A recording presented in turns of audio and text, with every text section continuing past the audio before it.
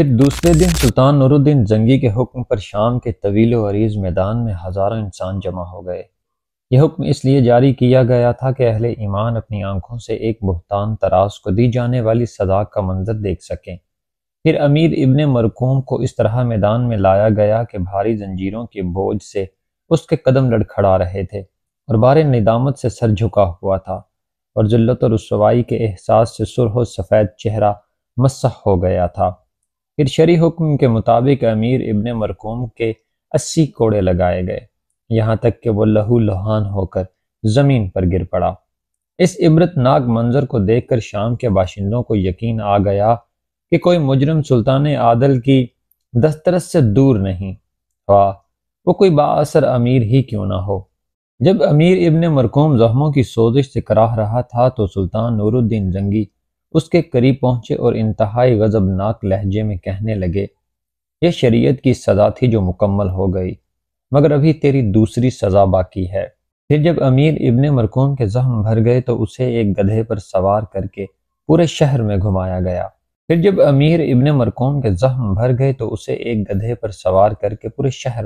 گیا۔ سلطان نور الدین محمود زنگی کے ہر کارے ساتھ ساتھ تھے۔ جب یہ عبرتناک منظر دیکھنے کے لیے لوگوں کی بھیڑ جمع ہو جاتی تو سلطانی نقیب اہل شہر کو مخاطب کرتے ہوئے بآواز بلند کہتے، یہ اس شخص کی سزا ہے جس نے اپنے فرض منصبی سے کوتاہی برتی اور سلطان عادل کے اعتماد کو ٹھیس پہنچائی۔ اس کے بعد سلطان نور الدین زنگی نے امیر ابن مرکوم کی ساری جاگیریں ضبط کر لیں اور اسے امارت کے عہدے سے معزول کر دیا۔ اب وہ شام کا ایک غریب اور لعنتی شخص تھا۔ سلطان نور الدین محمود زنگی نے امیر ابن مرکوم کی ضبط شدہ جاگیریں یوسف یعنی صلاح الدین ایوبی کو دینی چاہیں، مگر اس نے اعلیٰ ظرفی کا مظاہرہ کرتے ہوئے ان جاگیروں کو قبول کرنے سے انکار کر دیا۔ میں ہمیشہ سلطان عادل کا ممنون کرم رہوں گا کہ آپ ہی کے التفات ہاتھ کے باعث مجھے پہچانا گیا اور یہ عزت و توقیر حاصل ہوئی۔ یوسف کے لہجے سے احترام بھی جھلک رہا تھا اور وقار بھی۔ اگر سلطان عادل مجھے مجبور کریں گے تو میں ظاہری طور پر اس انعام کو قبول تو کر لوں گا، لیکن زندگی بھر میرا دل ایک عجیب اضطراب اور خلش کا شکار رہے گا۔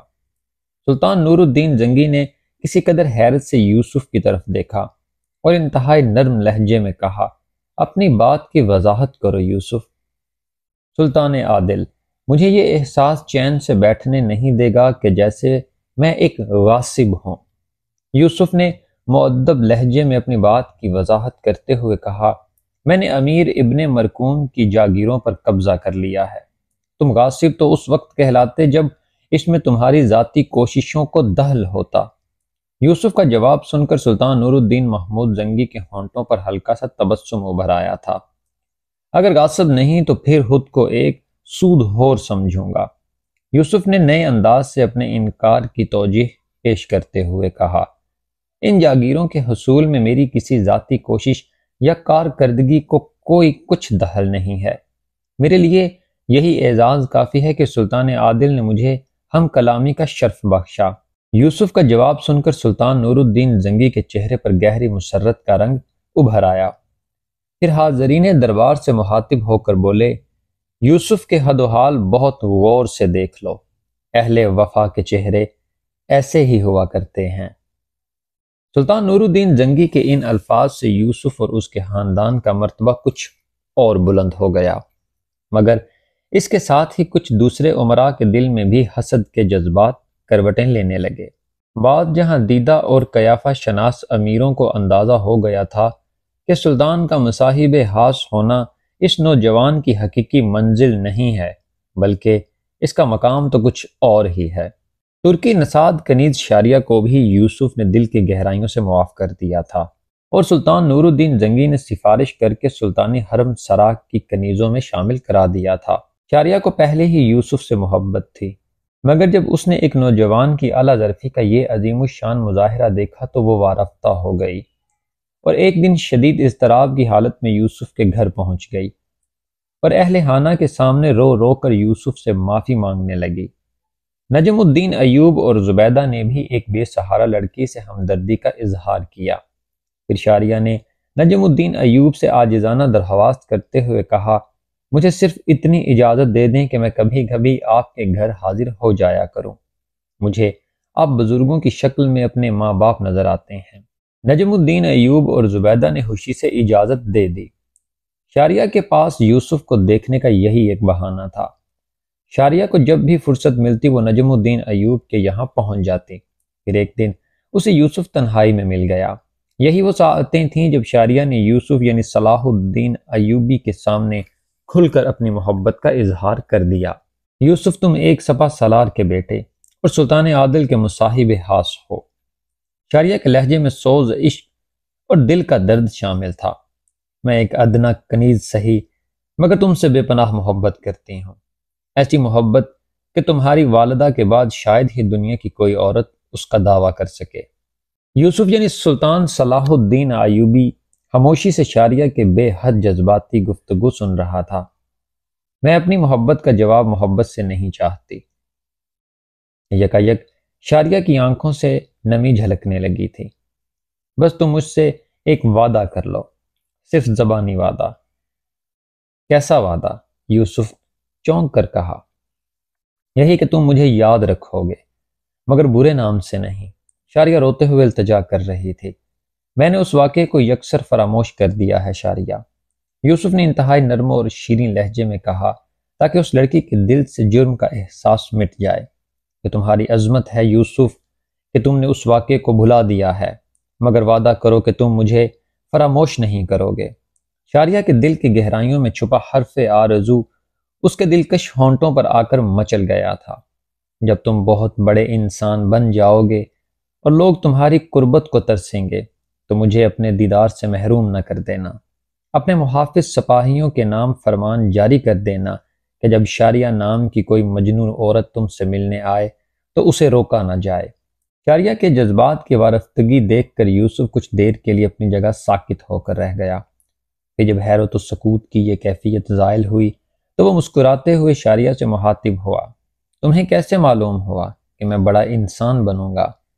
شاریہ نے انتہائی پرسوز لہجے میں کہا، میرا دل یہ گواہی دیتا ہے کہ تم ایک دن بہت بڑے مرتبے پر پہنچو گے۔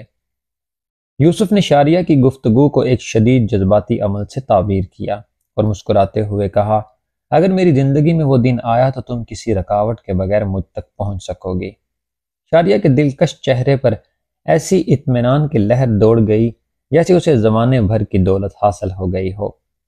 تہمت ترازی کے اس واقعے کے بعد یوسف یعنی صلاح الدین ایوبی کی قدر و منزلت میں مزید اضافہ ہو گیا تھا اور سلطان نور الدین زنگی اس پر پہلے سے زیادہ مہربان نظر آنے لگا تھا۔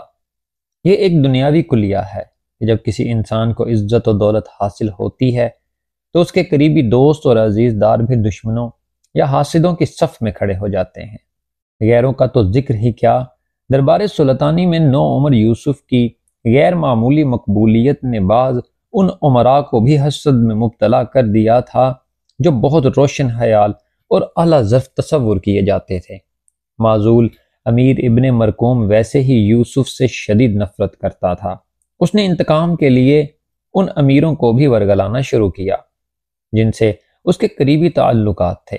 وہ دن دور نہیں جب ایک پست خاندان سے تعلق رکھنے والا کرد ہم اعلیٰ نسب عربوں پر حکومت کرے گا۔ امیر ابن مرقوم ایک خفیہ نشست میں یوسف کے خلاف زہر اگل رہا تھا۔ اس وقت سلطان نور الدین زنگی کے 3 بڑے امراء راشد بن عبداللہ، عمیر بن مروان اور فواد بن کعب موجود تھے۔ میں تو راندہ درگاہ ہو چکا مگر آپ حضرات کو سلطان عادل کی قربت حاصل ہے۔ امیر ابن مرقوم کے لہجے سے نجم الدین ایوب اور اس کے خاندان کے لیے شدید نفرت کا اظہار ہو رہا تھا۔ سلطان عادل کو سمجھائیں کہ نجم الدین ایوب اور اسد الدین شیر کوہ پر زیادہ اعتبار نہ کریں۔ وہ اپنے عہدہ منصب اور اختیارات سے فائدہ اٹھاتے ہوئے کسی وقت بھی سلطان معظم کی حکومت کا تختہ الٹ سکتے ہیں۔ میں نے اس خاندان کا زور توڑنے کے لیے ایک کوشش کی تھی مگر افسوس تقدیر نے میرا ساتھ نہیں دیا۔ امیر راشد بن عبداللہ، عمیر بن مروان اور فواد بن کعب ابن مرقوم کی منطقی گفتگو سے متاثر نظر آ رہے تھے۔ ٹھیک ہے، آج میں سلطان عادل کی نظروں سے گر گیا ہوں مگر پرانا خدمتگار تو ہوں۔ اس لیے حق کے نمک ادا کر رہا ہوں۔ امیر ابن مرکوم کے چہرے سے اداسی جھلکنے لگی تھی اور وہ فتنہ گر ایک عجیب چال چل رہا تھا۔ میں تم لوگوں کے ساتھ بھی دوستی کا حق ادا کر رہا ہوں۔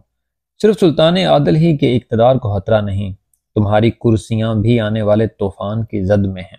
تینوں امراء ابن مرکوم کے فریب میں آ گئے تھے۔ آخر اس مسئلے کا حل کیا ہے؟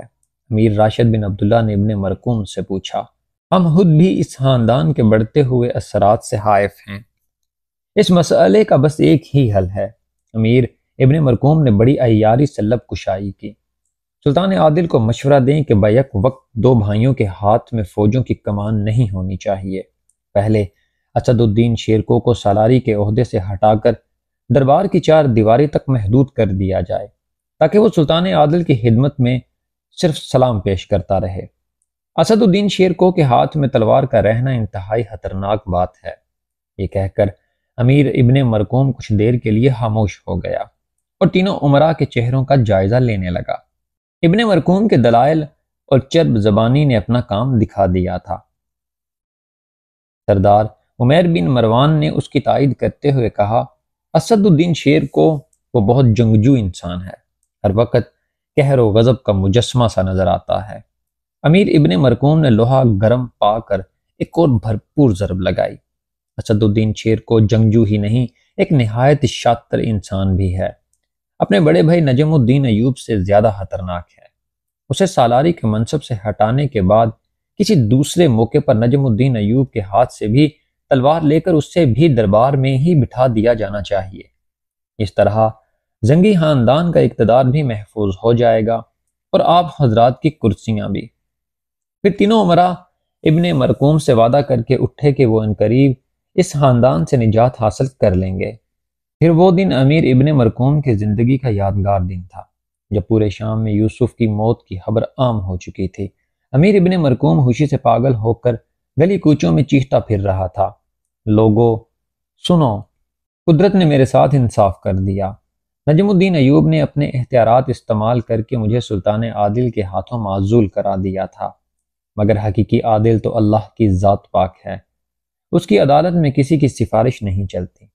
اس نے میری ذلت اور رسوائی کا انتقام لے لیا اور نجم الدین ایوب کا بیٹا یوسف یعنی صلاح الدین ایوبی مر گیا۔ امیر ابن مرکوم کی وحشیانہ چیخیں سن کر بہت سے لوگ اپنے گھروں سے نکل آئے تھے۔ ان کے چہروں سے افسوس کا اظہار ہو رہا تھا، اور جو لوگ تہمت ترازی کے واقعے سے باخبر تھے انہیں پاک باز اور جوان سال یوسف کی ناگہانی موت کا بہت صدمہ تھا، اور وہ اسلامی رسم کے مطابق دل ہی دل میں مرنے والے کے لیے مغفرت کی دعائیں کر رہے تھے۔ اور نجم الدین ایوب کے گھرانے پر تو قیامت ہی ٹوٹ پڑی تھی۔ کسی کو یقین ہی نہیں آ رہا تھا کہ یوسف یعنی صلاح الدین ایوبی ان سے اتنی جلدی بچھڑ جائے گا۔ زبیدہ اپنے جانے والے بیٹے کو پکارتے پکارتے شدت غم سے بے ہوش ہو گئی تھی۔ دونوں بھائی توران شاہ اور ملک عادل روتے روتے نڈھال ہو گئے تھے۔ نجم الدین اور اسد الدین شیرکو کی آنکھوں سے بھی آنسو رواں تھے، اور وہ فولادی اعصاب رکھنے والے انسان بھی برسوں کے بیمار نظر آ رہے تھے۔ پھر دیکھنے والوں نے ایک جاں گداز منظر دیکھا۔ سلطان نور الدین زنگی کے محل کی ایک کنیز پاگلوں کی طرح بھاگی چلی جا رہی تھی۔ نہ اس کے سر پر کوئی چادر تھی، نہ چہرے پر حجاب۔ لوگ حیران تھے کہ اس خوبصورت لڑکی پر کیا افتاد آ پڑی ہے۔ وہ زارو کتار رو رہی تھی اور ہیجانی انداز میں چیخ رہی تھی، لوگو تم نے میرے یوسف کو دیکھا ہے؟ وہ مجھ سے ملے بغیر کہاں چلا گیا؟ یہ لڑکی شاریہ تھی جو یوسف کے مرنے کی خبر سن کر اپنے ہوش و حواس کھو بیٹھی تھی۔ پھر وہ ایک ہی رفتار سے بھاگتے ہوئے نجم الدین ایوب کے گھر پہنچی۔ بکھرے ہوئے بال، گرد و غبار سے اٹا ہوا چہرہ اور چڑھی ہوئی سانسیں۔ نجم الدین ایوب اسے ایک نظر میں نہیں پہچان سکا۔ تم کون ہو بیٹی؟ نجم الدین ایوب نے چند لمحوں کے لیے اپنا غم بھلا کر اس پریشان حال لڑکی سے سوال کیا۔ بابا میں شاریہ ہوں، یہ کہتے ہوئے وہ نجم الدین ایوب کی طرف بڑھی۔ لوگ جھوٹ بولتے ہیں بابا، یوسف مجھ سے ملے بغیر کہیں جا ہی نہیں سکتا۔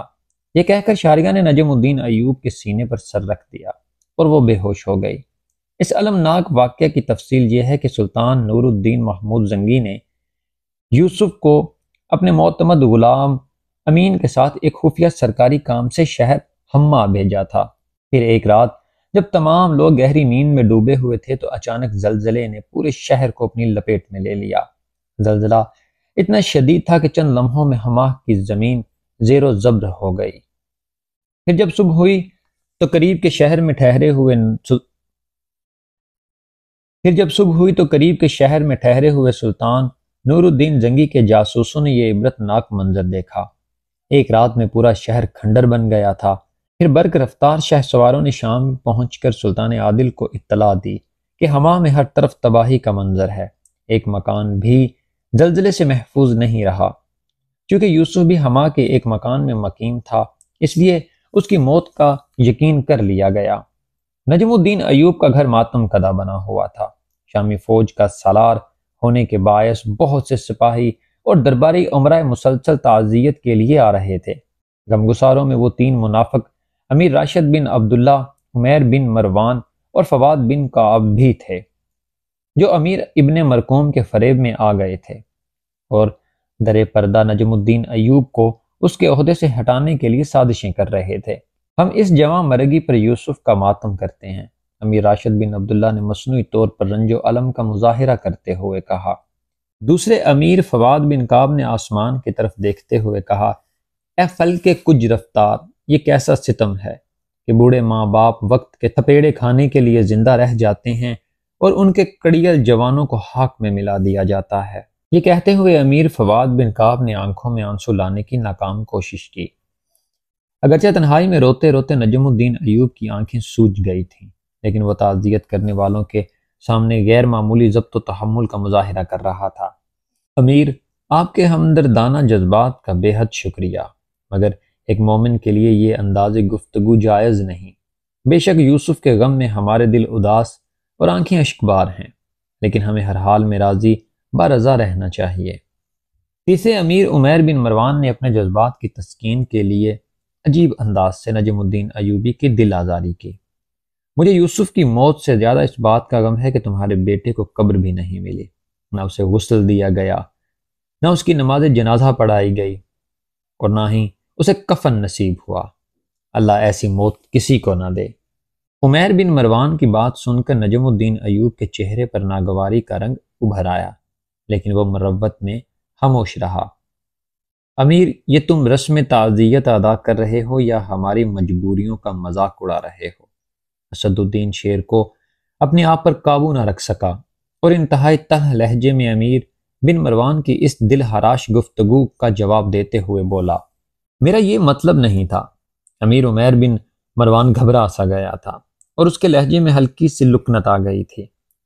ایک دن سب کو ہی مر جانا ہے، لیکن جانے والے اپنی کوئی نشانی تو چھوڑ جاتے ہیں۔ عمیر بن مروان نے بات بنانے کی کوشش کی، میں تو یہ کہنا چاہتا تھا کہ تم اتنے بڑے کھنڈر میں اپنے بیٹے کی لاش کہاں تلاش کرو گے؟ اسد الدین شیر کو مزید جواب دینا چاہتا تھا کہ اچانک پوری گلی سرکاری نقیبوں کی آوازوں سے گونج اٹھی۔ سلطان عادل تشریف لا رہے ہیں۔ نقیبوں کی آواز نے صورتحال کو یکسر بدل ڈالا تھا۔ نجم الدین ایوب اور اس کا چھوٹا بھائی اسد الدین شیر کو تیزی کے ساتھ دروازے پر پہنچے۔ سلطان نور الدین زنگی کی سواری اپنے سپہ سالار کے دروازے پر آ کر رکی، پھر وہ باجبروت حکمران نیچے اترا۔ سلطان عادل کے ہمراہ قاضی ابن ارسون بھی تھے۔ دیکھنے والوں نے دیکھا کہ دونوں کے چہروں پر گہری اداسی چھائی ہوئی تھی۔ پھر سلطان نور الدین زنگی اور قاضی ابن ارسون نجم الدین ایوب اور اسد الدین شیر کو سے گلے ملے۔ اس کے بعد دونوں اندرون خانہ چلے گئے۔ یوسف میرا خدمتگار یا مصاحب خاص نہیں تھا، سلطان نور الدین زنگی نے رسم تعزیت ادا کرتے ہوئے کہا۔ وہ میرے چھوٹے بھائی کی طرح تھا اور اس سے مجھے بڑی امیدیں وابستہ تھیں، لیکن حق تعالیٰ کی مرضی میں پوری کائنات مل کر بھی دخل انداز نہیں ہو سکتی۔ یہ کہتے کہتے سلطان نور الدین محمود زنگی کی آنکھیں بھیگ گئیں اور فضا پہلے سے بھی زیادہ سوگوار ہو گئی۔ والی شام کی یہ کیفیت دیکھ کر تینوں امیر راشد بن عبداللہ، فواد بن کعب اور عمیر بن مروان دل ہی دل میں بہت خوش ہوئے۔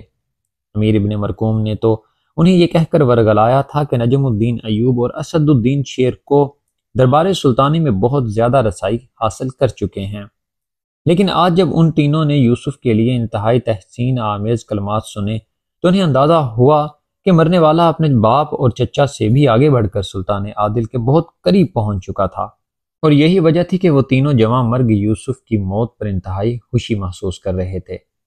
ان کے خیال میں قدرت ان پر بہت زیادہ مہربان تھی کہ ایک زہریلا کانٹا خود بخود ان کے راستے سے ہٹ گیا تھا۔ پھر قاضی ابن ارسون نے نہایت رقت آمیز لہجے میں اپنے شاگرد کے لیے دعائے مغفرت کی، یہاں تک کہ اس مجلس میں موجود تمام لوگوں کی آنکھوں سے آنسو رواں ہو گئے۔ خود سلطان نور الدین محمود زنگی کی آنکھوں سے بہنے والے آنسو ان کی داڑھی کو بھگو رہے تھے۔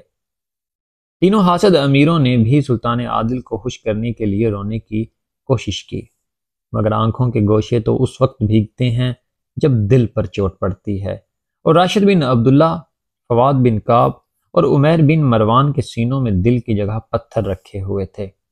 پھر جب سلطان نور الدین محمود زنگی رخصت ہونے لگے تو انہوں نے اپنے سپہ سالار نجم الدین ایوب کو مخاطب کرتے ہوئے کہا، اگرچہ سرکاری کارندوں نے اطلاع دی کہ شہر حما میں سارے مکانات منہدم ہو گئے اور دور تک انسانی زندگی کے آثار نہیں ملتے، لیکن پھر بھی یوں محسوس ہوتا ہے کہ جیسے سرگوشی میں کوئی مجھ سے کہہ رہا ہو کہ یوسف محفوظ ہے۔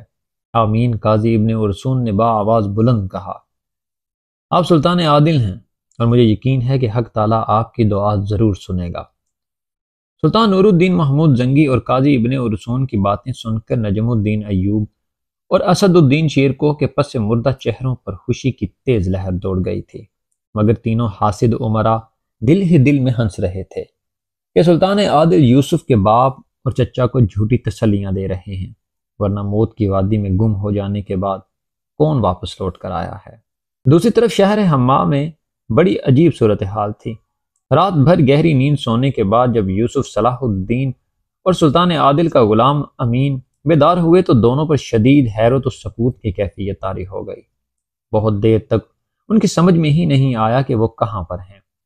کمرہ تو وہی تھا جہاں یوسف صلاح الدین اور امین رات کو سوئے ہوئے تھے، لیکن گھر کے دروازے کے باہر کا منظر بڑا ہیبت ناک تھا۔ چاروں طرف مٹی اور پتھروں کا ڈھیر تھا جس میں دونوں کے گھوڑے بھی دب کر مر گئے تھے۔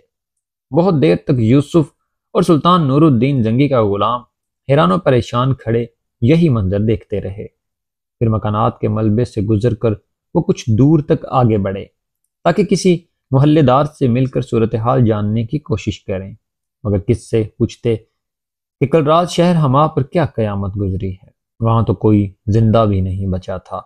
چند گھنٹوں کے انتہائی دشوار گزار سفر کے بعد یوسف اور امین کو اندازہ ہو گیا تھا کہ پورا شہر زلزلے کی لپیٹ میں آ چکا ہے۔ بھوک اور پیاس کی شدت سے دونوں کا برا حال تھا۔ پھر وہ تھک کر بیٹھ گئے اور اللہ تعالیٰ کی اس بے مثال کرم کا شکر ادا کرنے لگے کہ حالانکہ کائنات نے انہیں آفت ناگہانی سے محفوظ رکھا تھا۔ سلطان عادل کا غلام امین بہت خوش تھا اور بلند آواز میں اپنے جذبات کا اظہار کر رہا تھا، مگر یہ سوچ کر یوسف کی آنکھوں میں یکا یک آنسو آ گئے کہ وہ جس مکان کے ملبے پر بیٹھے تھے اس کے نیچے پتہ نہیں کتنے مکین دفن تھے۔ شاہراہ عام تک پہنچتے پہنچتے شام ہو چکی تھی اور دونوں کے پاؤں چھالوں سے بھر گئے تھے۔ راستے سنسان تھے اور دور دور تک کسی ایسی سواری کا پتہ نہیں تھا جو انہیں قریبی شہر تک پہنچا سکے۔ مجبوراً یوسف اور امین نے وہ رات کھلے آسمان کے نیچے اس طرح گزاری کہ دونوں کے پیٹ خالی تھے اور ان کی زبانیں خشک۔ پھر دوسری صبح وہ دونوں اس رستے سے گزرنے والے گھڑ سواروں کی مدد سے قریبی سرائے تک پہنچے اور کھانا کھا کر اس طرح سوئے کہ رات کے وقت ان کی آنکھ کھلی۔ الغرض 3 دن کی اذیت ناک مسافت کے بعد یوسف اور امین انتہائی شکستہ حالت میں دارالحکومت شام پہنچے۔ پھر شہر میں ایک تہلکہ مچ گیا۔ کسی کو ان کی زندگی کا یقین ہی نہیں آ رہا تھا، مگر وہ دونوں زندہ تھے۔ پھر سلطان نور الدین محمود زنگی نے یوسف کے زندہ سلامت بچ جانے پر جشن خاص کا اہتمام کیا۔ خود سلطان عادل نے اپنے ہاتھ سے یوسف کو قبائے زر نگار پہنائے۔ یہ منظر دیکھ کر نجم الدین ایوب اور اسد الدین شیرکوہ کی آنکھوں میں آنسو آ گئے، مگر یہ آنسو اظہار تشکر کے طور پر تھے کہ خالق کائنات نے ان کے بیٹے کو دوسری زندگی عطا کی۔